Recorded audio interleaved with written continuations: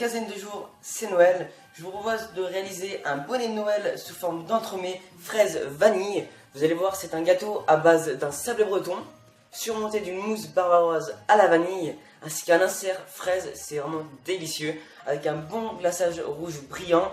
Vous allez voir, c'est vraiment une tuerie. Alors on va donc commencer par le sablé breton. Pour cela, il va vous falloir 125 g de beurre, 110 g de sucre, 35 g de poudre d'amande, vous n'êtes vraiment bien sûr pas obligé, 150 g de farine ainsi que 10 g de levure chimique, ce qui correspond à un sachet, et 2 jaunes d'œufs. Vous pouvez bien sûr réaliser la pâte avec votre batteur et une feuille. Nous allons la réaliser à la main. Pour cela, vous allez mettre votre beurre pommade au micro-ondes d'environ 20 secondes. On a vraiment un beurre extrêmement pommade, regardez. Voilà, il est vraiment bien pommade. On va venir y ajouter le sucre pour venir faire blanchir ce mélange. Donc on va venir le battre environ 2-3 minutes avec notre fouet. On y ajoute enfin les jaunes d'œufs. Et on vient mélanger environ 2-3 minutes. On obtient vraiment un mélange bien blanchi. On va venir tamiser la farine ainsi que la levure chimique mélangée avec une cuillère. Puis la poudre d'amande. Allez, on tamise tout ça. Donc là maintenant on va pouvoir venir passer avec la cuillère en bois ou tout simplement la maryse. Et on va venir mélanger jusqu'à ce que ceci forme un beau sablage.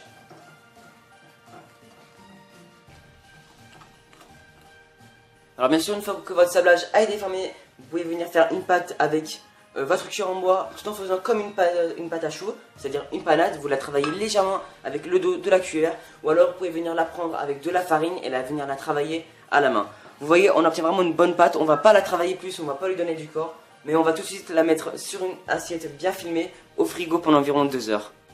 C'est parti.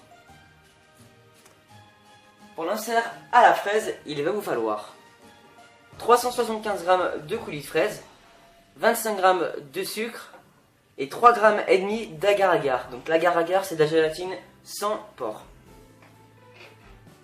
Dans un premier temps, nous allons venir mélanger l'agar-agar au sucre. Donc avec une cuillère, hein, vraiment tout simple. On verse ceci dans notre coulis de fraise. On y donne un petit coup de fouet. Et on va venir mettre cette préparation sur feu moyen pour venir la mettre à ébullition et venir la faire bouillir environ 2-3 minutes.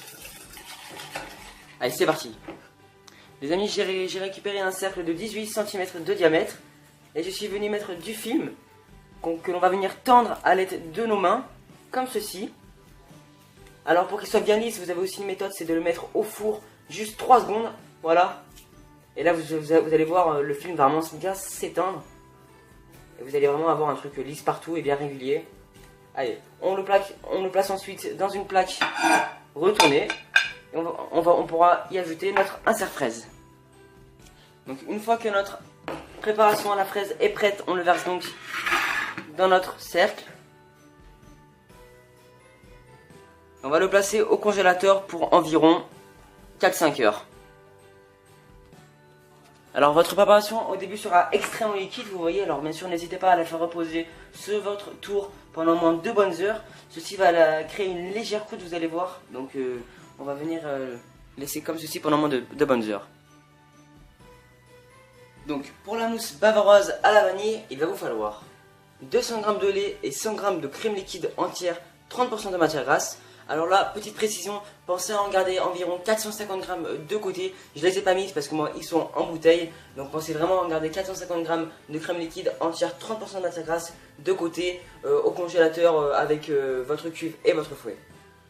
5 jaunes d'œufs, 80 g de sucre. On va utiliser 3 bouchons de vanille liquide, arôme vanille, et 9 g de gélatine. On va commencer par hydrater la gélatine dans de l'eau bien froide. Alors si vous avez des grandes feuilles comme les miennes, pensez à les couper en deux. Voilà, et on va venir les reposer environ 10 minutes. On a notre mélange lait ainsi que crème liquide, 30% de matière grasse dans notre casserole. On va pouvoir venir donc y ajouter environ 2 à 3 bouchons de vanille liquide. Et on va venir porter à ébullition le tout sur feu doux. Dans un saladier, j'y ai déposé les 5 jaunes d'œufs. On y met le sucre et on va venir blanchir le tout. Donc il est vraiment très important de bien blanchir ce mélange, hein, environ 3 bonnes minutes, ça on insiste vraiment. Une fois que la crème a été portée à ébullition, on va venir verser le tout donc, dans notre mélange sucre-œuf très bien blanchi. Donc on peut tout verser hein, tout en mélangeant. Voilà. On fouette ce mélange jusqu'à ce que le tout soit bien mélangé. Alors vous inquiétez pas, la couleur du lait est vraiment normale, hein, c'est dû à la vanille. Puis on va venir retraverser le tout dans notre casserole. Et là on va venir cuire la crème à 83 degrés, vraiment grand maximum. Alors vous pouvez bien sûr aussi la cuire à 80 degrés. Ceci va permettre que ensuite avec la chaleur elle peut encore recuire. C'est-à-dire qu'elle peut augmenter de température. Et il ne faut pas qu'elle dépasse les 84 degrés, sinon les jaunes vont coaguler. Alors pour ça, servez-vous bien d'un thermosong hein, et on va jusqu'à 80 degrés, c'est parti. Ça y est, donc notre mousse est arrivée à bonne température. On va maintenant y ajouter la gélatine.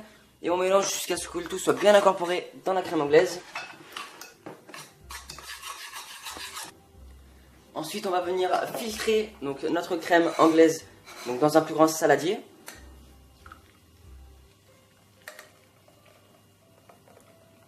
Et on va la laisser refroidir à température ambiante ou alors une demi-heure au frigo avant d'y incorporer la chantilly. Donc en attendant, pensez vraiment à la monter, hein, ça sera fait au moins. Et vous la placez au frigo. Allez hop, c'est parti. Les amis, donc ma crème anglaise a suffisamment eu le temps de refroidir. On va donc pouvoir y ajouter notre crème chantilly bien montée. Alors vous inquiétez pas, ça c'est une autre marque de chantilly que j'ai utilisée. C'est pour ça qu'elle a l'air assez granuleuse. Mais bon, il la faut bien monter, hein. Il la faut surtout pas yaourt. De toute façon après on va venir la détendre. Alors franchement ça va ne rien changer. Donc on y met au moins encore une petite corne. Et on va venir la détendre avec un fouet dans la crème anglaise. Puis on y ajoute le tout petit à petit. Donc corne par corne avec une maryse. Et là on va venir mélanger délicatement jusqu'à avoir vraiment une bonne mousse. Vous allez voir, ça va vraiment être un régal. Donc on essaie de faire passer toute la chantilly bien sûr. On n'en mange pas.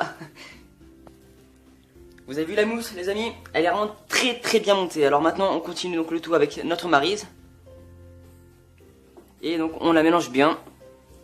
Et on va vraiment obtenir une bonne mousse. Donc dans un cercle de 20 cm de diamètre, on va donc venir y ajouter un petit peu de mousse vanille. Alors pensez à mettre une feuille juste en dessous de votre plat de présentation. Allez, on y met un petit peu de mousse à la vanille. Comme ceci. Et on va venir étaler ensuite avec, comme ceci, donc avec votre main. On va venir y mettre l'insert fraise. Donc l'insert fraise que j'ai évidemment recoupé car il y avait le même poids. On le rentre légèrement. Comme ceci. Et on va venir ajouter le reste de la mousse vanille pour pouvoir venir lisser à la fin. Donc on va venir lisser un petit peu les côtés. Donc pensez à enlever l'excédent de mousse dans votre saladier et on vient lisser comme ceci. On place le tout au congélateur pendant au moins toute une nuit avant de venir le glacer. On va venir donc étaler notre sablé breton donc qui a eu le temps de bien refroidir au congélateur ou alors au frigo. Pour cela j'ai donc préparé un moule de 22 cm car il va falloir au moins 2 cm de bord pour y mettre la guimauve coco en tant que décoration. Donc au moins 22 cm de diamètre, donc un moule à tarte beurré sur une plaque avec un papier cuisson. Et on va donc venir étaler notre pâte sablé breton. Donc c'est parti, je m'aide d'un rouleau et je commence à l'étaler en rond, comme ceci. Alors la pâte sablé breton est une pâte très fragile, donc si ça fait ces petits rebords, vous inquiétez pas, c'est tout à fait normal. Ça va se corriger tant qu'on va venir étaler avec le rouleau. Mais bon, c'est aussi une pâte qui peut venir s'étaler à la main quand on la pose dans notre moule, car ça montre une pâte fragile, vous avez vu, ça fait ces espèces de craquelets. Alors n'hésitez pas à la reprendre, à venir la retravailler, vous allez voir. Et n'hésitez pas aussi à venir la remettre au frais environ une petite demi-heure. Vous avez vu, ça commence déjà à faire moins bien. Allez, on va venir donc l'étaler, c'est parti. On peut commencer à la mettre donc dans notre cercle de 22 cm. A l'aide donc du dos d'une cuillère bien farinée, je suis donc venu étaler donc la pâte dans le cercle. Donc vous avez vu, c'est vraiment très bien passé. Donc maintenant on va venir la mettre dans un four préchauffé à 180 degrés pendant environ 17-18 minutes tout en se riant, c'est très important. Pour le glaçage rouge donc du bonnet de Noël, il va vous falloir du colorant rouge en poudre ou en gel comme vous voulez, 300 g de chocolat blanc, 160 g d'eau, environ 260 g de glucose, alors ça c'est vraiment obligatoire, 10 feuilles de gélatine, soit 20 g de gélatine en feuilles, environ 250 g de sucre à 265 g de sucre et 200 g de lait concentré sucré. On va commencer par venir faire ramollir nos 10 feuilles de gélatine dans de l'eau bien froide. On va venir les laisser comme ceci pendant au moins une dizaine de minutes. Donc dans notre eau, on y a ajouté le sirop de glucose. Alors une petite méthode, vous pouvez bien sûr venir le prendre avec vos mains que vous allez venir mouiller. Voilà, donc on y a ajouté le sirop de glucose et on y ajoute maintenant tout le sucre. Et on va venir fouetter quelques secondes jusqu'à ce que le tout se mélange bien. On va venir porter le tout à ébullition jusqu'à une température de 103 degrés. Alors là, veuillez avoir un thermosonde bien sûr pour vérifier la température. Mais voilà, on est vraiment à une température de 103 degrés. En attendant, on va venir verser notre lait concentré sucré dans notre chocolat blanc. Comme ceci. Quand notre sirop est à ébullition, on va venir le verser dans notre mélange chocolat blanc, lait concentré sucré.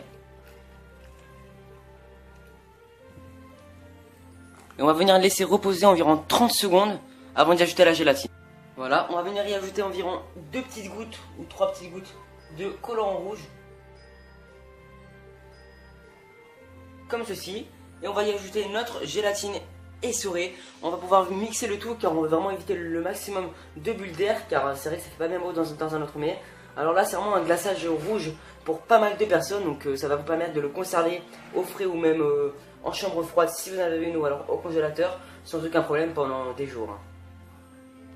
Alors vous en faites pas, en apparence il a la rose mais je vous rassure il est rouge. De toute façon vous pouvez bien sûr remettre de la couleur quand il sera frais. Donc on va venir le placer jusqu'à une température de 30-35 degrés pour venir glacer notre gâteau. Ou alors si comme moi vous l'avez fait un jour à l'avance, vous pouvez bien sûr le placer au frais film au contact.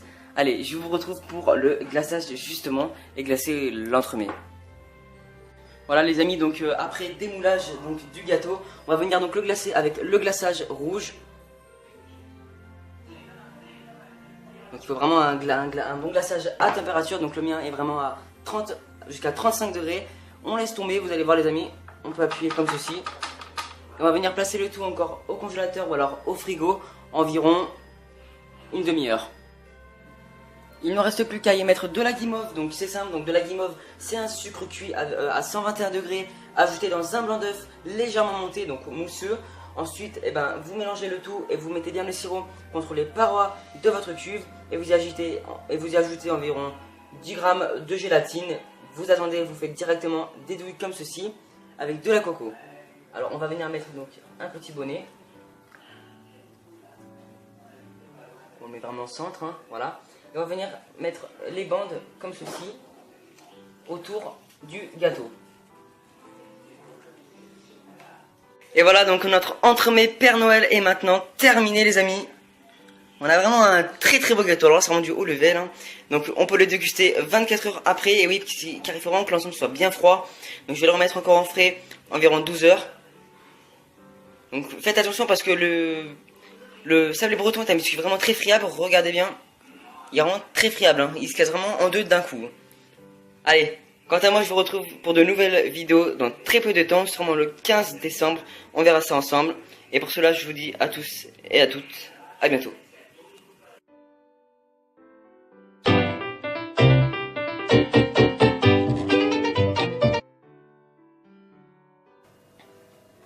Cette recette vous a plu? Alors n'hésitez pas à la liker et à me dire en commentaire toutes vos questions, j'y répondrai. Et quant à moi, je vous dis à très bientôt sur Le Petit Chef pour de nouvelles recettes très gourmandes.